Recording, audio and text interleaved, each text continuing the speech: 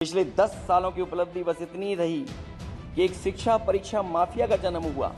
अध्यक्ष महोदय कि नौजवान जब भी तैयारी कर करके जाता था और परीक्षा दे करके लौटता था तो उसको पता लगता था कि पेपर लीक हो गया।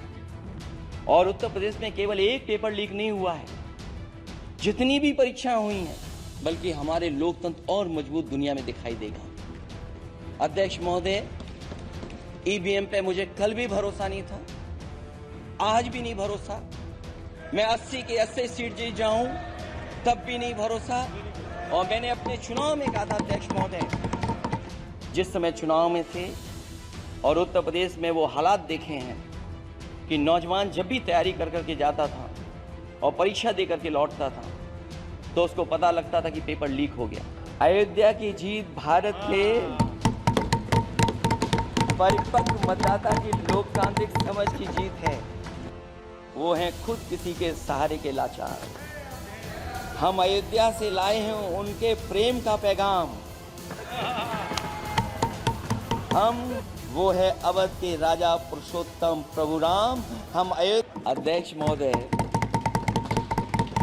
मैं सबसे पहले आपका धन्यवाद देना चाहता हूं कि आपने मुझे अपनी पार्टी की तरफ से राष्ट्रपति जी के भाषण बोलने का मौका दिया है।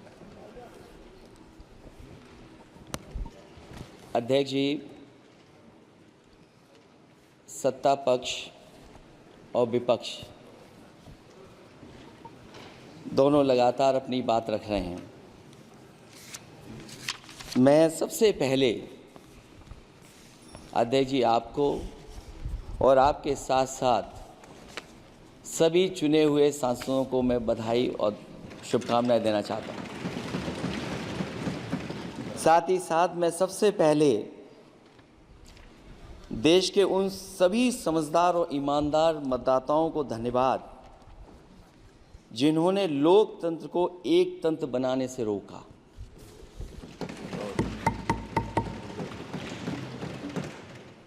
चुनाव के समय पर अध्यक्ष जी ऐसा कहा गया कि 400 पार।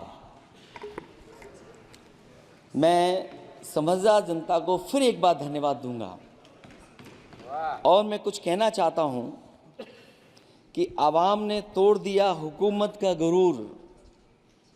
दरबार तो लगा है पड़ा गमगीन में बेनूर है पर।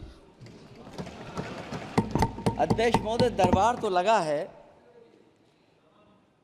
पर बड़ा गमगीन बेनूर है। और पहली बार ऐसा लग रहा है हारी हुई सरकार विराजमान है। जनता कह रही है चलने वाली नहीं सरकार। अध्यक्ष महोदय, जनता कह रही है चलने वाली नहीं, ये गिरने वाली सरकार है। और क्योंकि ऊपर से जुड़ा कोई तार नहीं, नीचे कोई आधार नहीं, अधर में जो है अटकी हुई वो तो कोई सरकार नहीं। दरअसल पूरा इंडिया समझ गया है कि इंडिया ही प्रो इंडिया है। इस चुनाव में इंडिया अलायंस की नैतिक जीत हुई है। ये पीडीए इंडिया की सकारात्मक राजनीति, पॉलिटिक्स जो पॉजिटिव है, पॉजिटिव पॉलिटिक्स की जीत हुई है। ये इंडिया पीडीए की सोशल जस्टिस मुहिम की विक्ट्री है। 2024 का परिणाम हम इंडिया वालों के लिए जिम्मेदारी से भरा पैगाम भी है। और अगर हम यूं कहें अध्यक्ष महोदय कि 15 अगस्त 1947 अगर उपनिवेशिक राजनीति से आज़ादी का दिन था तो 4 जून 2024 देश के लिए सांप्रदायिक राजनीति से आज़ादी का दिन रहा। ये सांप्रदायिक राजनीति के अंत और सामुदायिक राजनीति की शुरुआत है। जहां सांप्रदायिक राजनीति का अंत हुआ है, वहीं सामुदायिक राजनीति की शुरुआत हुई है। सबसे अच्छी बात हुई ये है कि इस चुनाव में सांप्रदायिक राजनीति की हमेशा के लिए हार हो गई है। अध्यक्ष महोदय,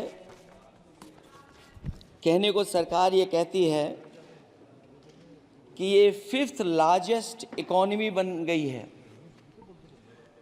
और जीडीपी के मामले में 5th वर्ल्ड की इकोनॉमी बन गई है। लेकिन अध्यक्ष महोदय, ये सरकार क्यों छिपाती है कि अगर ये हमारी सबसे लार्जेस्ट इकोनॉमी, अगर हम 5वें नंबर पर हैं, तो हमारे देश की पर कैपिटा इनकम, प्रति व्यक्ति आय हमारे किस स्थान पर पहुंची है। और हम लोगों ने तो अध्यक्ष महोदय देखा है कि अगर दिल्ली की सरकार ने कहा होगा कि $5 ट्रिलियन की इकोनॉमी बनेगी, तो जहां से प्रधानमंत्री जी चुन करके आते हैं, वहाँ का प्रदेश के सरकार भी कह रहे कि हम $1 ट्रिलियन इकोनॉमी बना लेंगे। देश की इकोनॉमी कहाँ पहुँच गई, पर कैपिटा इनकम क्या है। लेकिन अगर उत्तर प्रदेश की इकोनॉमी को अगर $1 ट्रिलियन की इकोनॉमी बनना है तो कम से कम 35% की ग्रोथ चाहिए। मुझे नहीं लगता है कि 35% की ग्रोथ उत्तर प्रदेश पा पाएगा। हम हंगर इंडेक्स में कहाँ खड़े हैं, नीचे से कहाँ हैं। जो 5th लार्जेस्ट इकोनॉमी की बात कर रहे हैं, वो इनइक्वालिटी के पैरामीटर पे कहाँ खड़े हैं, वो हैप्पीनेस इंडेक्स में कहाँ खड़े हैं। और जो लोग चुनाव को अपने तरीके से मोड़ते हैं, मैं उन्हें कहना चाहता हूं कि अध्यक्ष महोदय, इस चुनाव के परिणाम ने तोड़ने वाली राजनीति को तोड़ दिया है और जोड़ने वाली राजनीति की जीत हुई है। इस चुनाव में धन छल बल की नकारात्मक राजनीति की शिकस्त हुई है। ये चुनाव जो देश का हुआ, ये सकारात्मक राजनीति का नया दौर शुरू हुआ है। इस बार प्रो कॉन्स्टिट्यूशन वालों की जीत हुई है। हम मानते हैं संविधान ही संजीवनी है, उसी की जीत हुई है। ये संविधान मंथन में संविधान रक्षकों की जीत हुई है। अब ऊपर से नीचे की राजनीति का अंत हो गया है। अब नीचे से जो समाज की जो आवाज़ उठेगी, वही राजनीति का आधार बनेगी। मैं कहना चाहता हूं कि देश किसी की व्यक्तिगत महत्वाकांक्षा से नहीं, जन आकांक्षा से चलेगा। मतलब अब मनमर्जी नहीं, जनमर्जी चलेगी। इस चुनाव का बड़ा पैगाम यही है।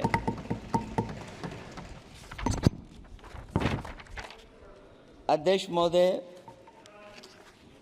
बहुत सी बातें हुई हैं। अगर उत्तर प्रदेश की बात न हो, क्योंकि अध्यक्ष महोदय सबसे बड़ा प्रदेश जहाँ है, उसने हर बार दूसरे दल को समर्थन देकर के सरकार बनाई। मैं उन्हीं लोगों से कहना चाहता हूँ कि लोग क्यूटो की फोटो लेकर बनारस की गलियों से लेकर के गंगा जी तक ढूंढ रहे हैं। उनको लगता है जिस दिन माँ गंगा साफ हो जाएंगी, शायद उस दिन कहीं क्यूटो उसकी गोद में कहीं मिल जाएगा। बनारसी लोग चाहते हैं कि कोई गंगा जी के भी तल में उतरकर उसका दर्द भी जाने। उत्तर प्रदेश की जनता का बस यही आग्रह है कि जिस गंगा जल को हाथ में लेकर सच कहने की कसम खाई जाती है, कम से कम उस गंगा जल से तो झूठ ना बोला जाए।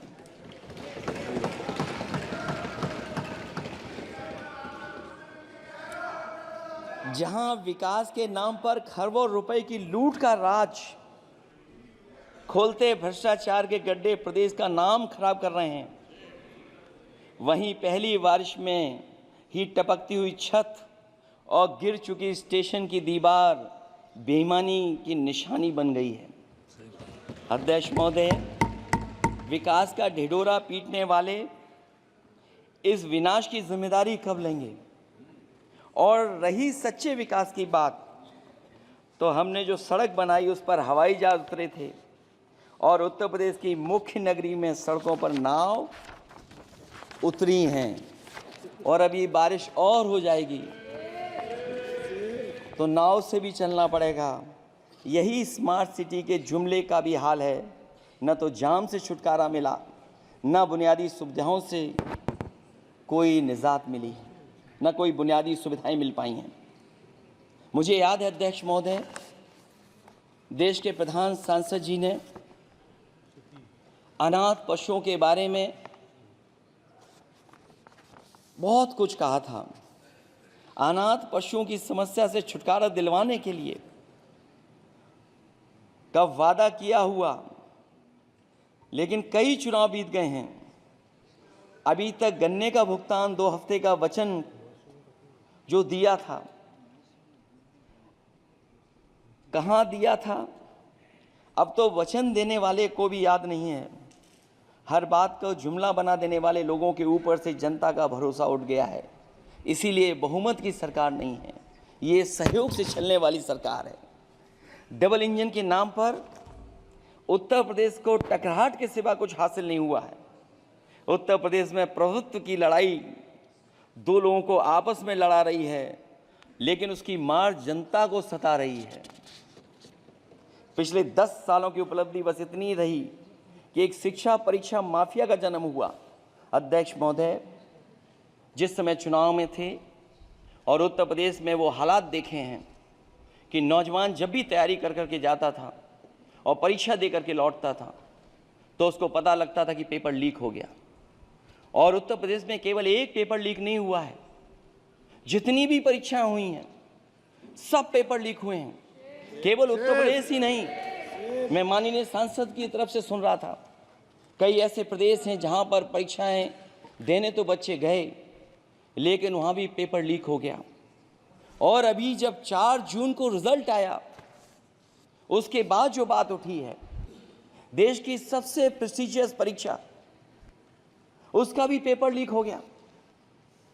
और आखिरकार ये पेपर लीक हो क्यों रहा है?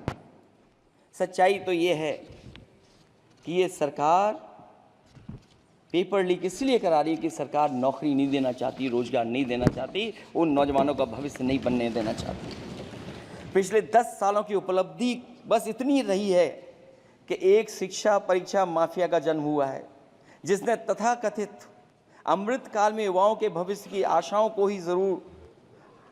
को ही जहर दे दिया है। जो सरकार उम्मीद को मार दे, वरना तो वर्तमान को सुधार सकती है, न भविष्य को संभाल सकती है। सरकार आशा का प्रतीक होनी चाहिए, निराशा का नहीं। जनता चाहती कि हर समस्या के लिए बीते कल को जिम्मेदार ठहराने के बहाने को सरकार छोड़े और आने वाले कल की बात करे। अगले 1000 साल के झूठे सपने दिखाने वाले अगले महीने होने वाली परीक्षाओं के लीक न होने की गारंटी कब लेंगे? जनता अब न तो किसी बहकावे में आएगी और न किसी के बहलावे फुसलावे में आएगी। जो लोग कहते हैं कि अमृत काल की बात करने वाले, जनता का जागरण काल आ गया है। आज इस सदन में नए राजनीतिक जागरण के अनेक प्रतिनिधि बैठे हैं। अब जब बात होगी तो सच्ची बात होगी और जनता को पूरी सच्चाई के साथ हम लोग अपनी जिम्मेदारी के साथ बात रखेंगे।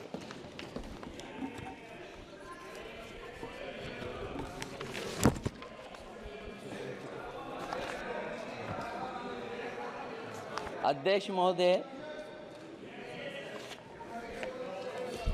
एक जीत और हुई है, एक जीत और अध्यक्ष महोदय हुई है। मैं जानता हूं सत्ता पक्ष बैठे वाले लोग समझ गए होंगे। अयोध्या की जीत भारत के परिपक्व मतदाता की लोकतांत्रिक समझ की जीत है। और हम तो अध्यक्ष महोदय यही सुनते आए हैं, होए वही जो राम रची राखा, ये है उसका फैसला। अध्यक्ष महोदय, होई वही जो राम रची राखा, यह है उसका फैसला जिसकी लाठी में नहीं होती आवाज, जो करते थे किसी को लाने का दावा, वो हैं खुद किसी के सहारे के लाचार।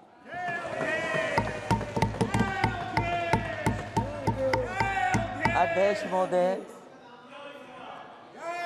मैं फिर कह देना चाहता हूं, होई वही जो राम रची राखा, यह है उसका फैसला जिसकी लाठी में नहीं होती आवाज, जो करते थे किसी को लाने का दावा, वो हैं खुद किसी के सहारे के लाचार। हम अयोध्या से लाए हैं उनके प्रेम का पैगाम,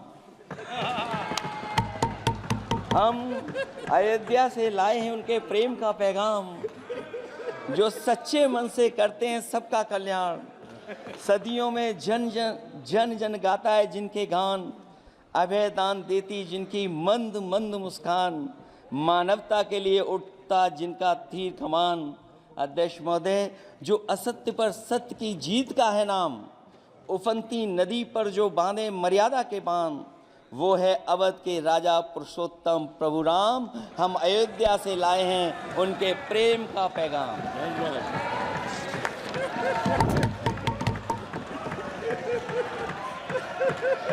अध्यक्ष महोदय,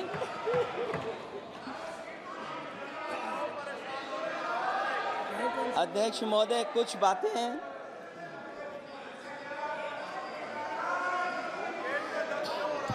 अध्यक्ष महोदय, कुछ बातें समय और काल से परे होती हैं, इसलिए आज यहाँ उत्तर प्रदेश के सदन में पढ़ा गया एक शेर याद आ गया, जो तब सही था अब और सही साबित हो रहा है। इजाजत हो अध्यक्ष जी तो मैं अर्ज करूं। हजूरे आला आज तक खामोश बैठे इसी गम में, हजूरे आला आज तक खामोश बैठे हैं इसी गम में, महफिल लूट ले गया कोई जबकि सजाई हमने। योगी जी के लिए, योगी जी के लिए।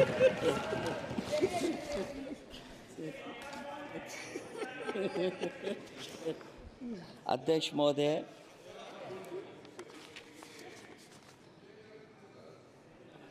मैं मॉडल ऑफ कंडक्ट जब चुनाव हुआ, लागू हुआ, उस समय मैंने देखा कि कुछ लोगों पर मेहरबान रही सरकार और कमीशन भी। कई मैं बहुत डिटेल में नहीं जाना चाहता हूं अध्यक्ष महोदय, लेकिन कहीं ना कहीं प्रश्न उस संस्था पे भी लगा है, और अगर उस संस्था पर प्रश्न लगा है तो लगाने वाली सरकार की वजह से लगा है। इसलिए अगर निष्पक्ष होगी वो संस्था तो न केवल हमारा लोकतंत्र स्वस्थ होगा, बल्कि हमारे लोकतंत्र और मजबूत दुनिया में दिखाई देगा। अध्यक्ष महोदय, ईवीएम पे मुझे कल भी भरोसा नहीं था, आज भी नहीं भरोसा। मैं 80 के 80 सीट जीत जाऊं तब भी नहीं भरोसा। और मैंने अपने चुनाव में कहा था अध्यक्ष महोदय कि ईवीएम से जीत करके ईवीएम हटाने का काम करेंगे। न ईवीएम का मुद्दा मरा है, न जाएगा खत्म। जब तक ईवीएम नहीं हटेगी हम समाजवादी लोग उस बात पर अड़ग रहेंगे। उत्तर प्रदेश अध्यक्ष महोदय वो प्रदेश है जिसने सरकार बीजेपी की बनवाई, एक बार नहीं 2 बार बनवाई, और उसी उत्तर प्रदेश के साथ कितना बड़ा भेदभाव, उत्तर प्रदेश के साथ बड़ा भेदभाव। मुझे याद है वो दिन जब प्रधानमंत्री जी एयरफोर्स के सबसे भारी वाहन हवाई जहाज से उतरे थे सड़क पर। वो अलग बात है कि उस प्रदेश के मुख्यमंत्री उनके साथ नहीं बैठ पाए थे,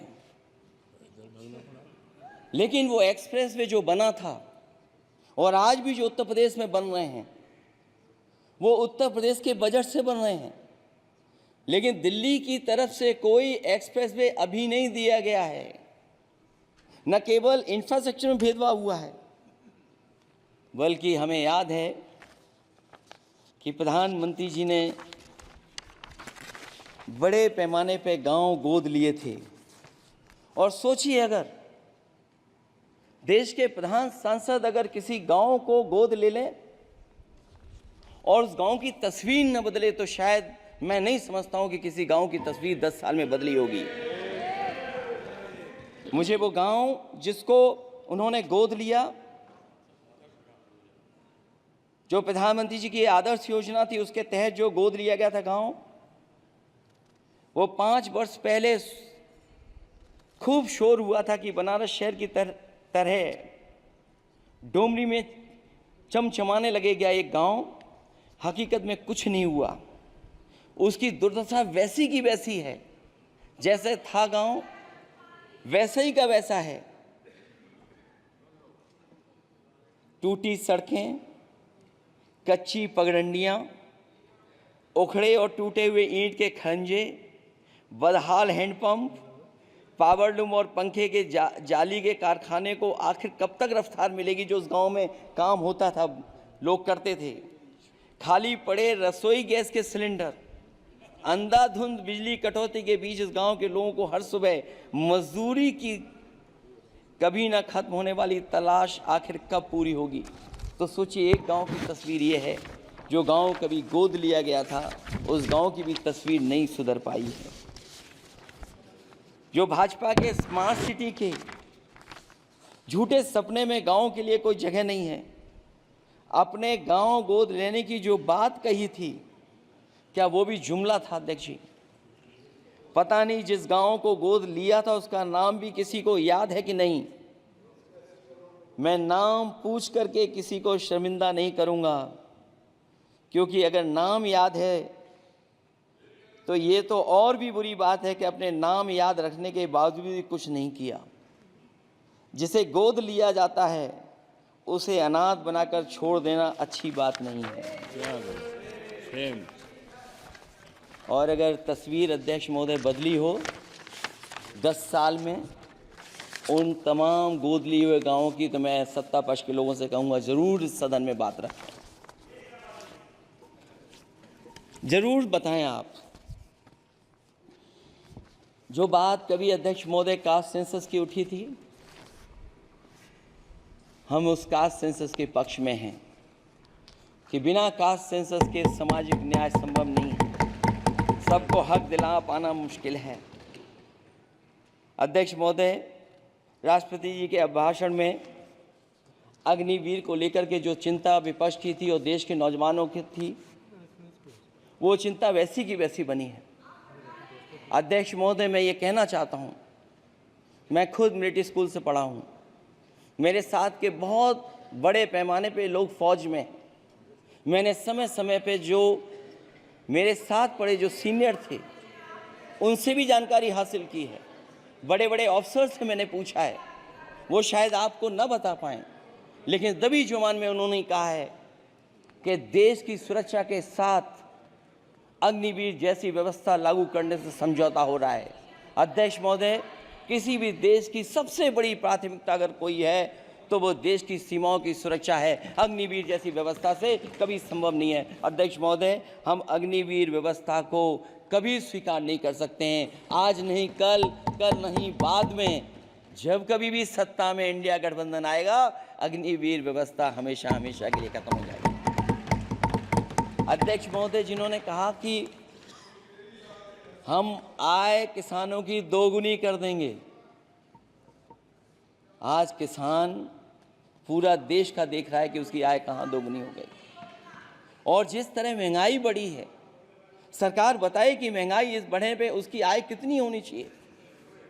और जो इंफ्रास्ट्रक्चर की बड़ी बड़ी बातें की गई थी कि एमएसपी लागू करने के लिए एग्रीकल्चर सेक्टर का इंफ्रास्ट्रक्चर तैयार होगा, लेकिन जहाँ तक मैंने उत्तर प्रदेश में देखा है, अगर इस सरकार में एक भी नई मंडी बनी हो तो मुझे सरकार बता दे। अध्यक्ष महोदय, जो इंफ्रास्ट्रक्चर एग्रीकल्चर सेक्टर में बनाने की बड़ी बात कही थी, अगर सरकार की तरफ से एक भी मंडी 10 साल में बनी हो तो ज़रूर सरकार बताए। जो सरकार मंडी नहीं बना सकती है उस पर एमएसपी का भरोसा कैसे कर सकते हैं, जिन्होंने एमएसपी का भरोसा दिलाया था। हम अध्यक्ष महोदय आपके माध्यम से यही कहेंगे कि जो राष्ट्रपति के अभिभाषण में लीगल गारंटी एमएसपी को मिलनी चाहिए थी वो क्रॉप्स को नहीं मिली है। न केवल फसलों को मिले बल्कि हॉर्टिकल्चर क्रॉप्स को भी एमएसपी देने का फैसला हो, जिससे कि हमारा किसान खुशहाल हो सके। साथ ही साथ ओपीएस की बात अभिभाषण में नहीं आई है। ओल्ड पेंशन स्कीम लागू हो जिससे हमारे तमाम सरकारी कर्मचारियों का भविष्य बन सके। और देश की एक बड़ी आबादी जहाँ से मैं चुन करके आता हूँ, उत्तर प्रदेश, जहाँ बुनकर न केवल उत्तर प्रदेश बल्कि देश के कोने कोने में बुनकर समाज के लोग बड़े पैमाने पर रह रहे हैं, लेकिन बुनकरों को जो सुविधाएं मिलनी चाहिए वो भी इस सरकार में नहीं मिल पा रही हैं। जो प्रदेश सरकारों ने कभी बुनकरों के लिए योजनाएं चलाई थीं वो भी अध्यक्ष महोदय बंद कर दी हैं। मैं अंत में इतना ही कहना चाहूँगा कि इस सरकार ने नौजवानों को नौकरी नहीं दी है, नौकरी और रोजगार उनसे छीने हैं, बहुत नौकरी छीनी है। इसलिए मैं कहना चाहता हूं अध्यक्ष जी,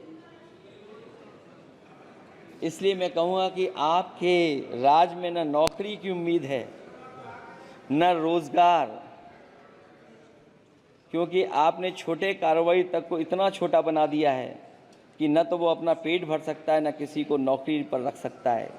जो कुछ पद निकलते भी हैं तो उन पर लेटरल एंट्री के नाम से पिछले दरवाजे से कुछ खास संगी साथियों को रख लिया जाता है। आरक्षण का हक नॉट फाउंड सुटेबल के नाम पर हड़पा जा रहा है। और अध्यक्ष महोदय, आरक्षण के साथ इतनी खिलवाड़ किसी सरकार ने नहीं की होगी जितनी खिलवाड़ इस सरकार ने की है। जहां सरकारी नौकरियां नहीं दी जा रही हैं, और सरकारी नौकरियां इसलिए नहीं दी जा रही हैं क्योंकि उन्हें आरक्षण देना पड़ेगा। जिस प्रदेश से मैं आता हूं वहाँ सबसे बड़े पैमाने पे नौजवान बेरोजगार है। और पिछले 10 साल में जो पेपर उन्होंने लीक कराए हैं वो इसीलिए कराए हैं क्योंकि नौकरी ना देनी पड़े, और अगर नौकरी देनी पड़ेगी तो उन्हें आरक्षण भी देना पड़ेगा। ये जानबूझ करके सरकार नौकरी और आरक्षण के साथ खिलवाड़ कर रही है।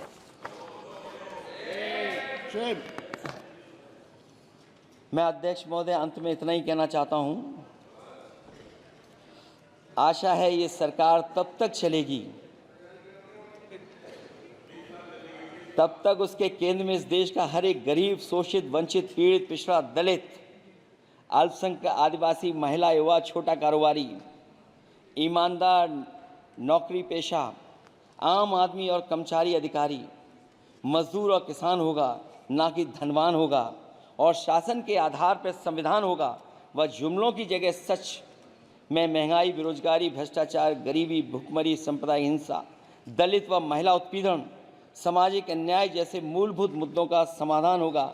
और भोजन, बिजली, पानी, दवाई, पढ़ाई जैसी बुनियादी ज़रूरतों के लिए कागजी योजनाओं की जगह सच में इंतज़ाम होगा।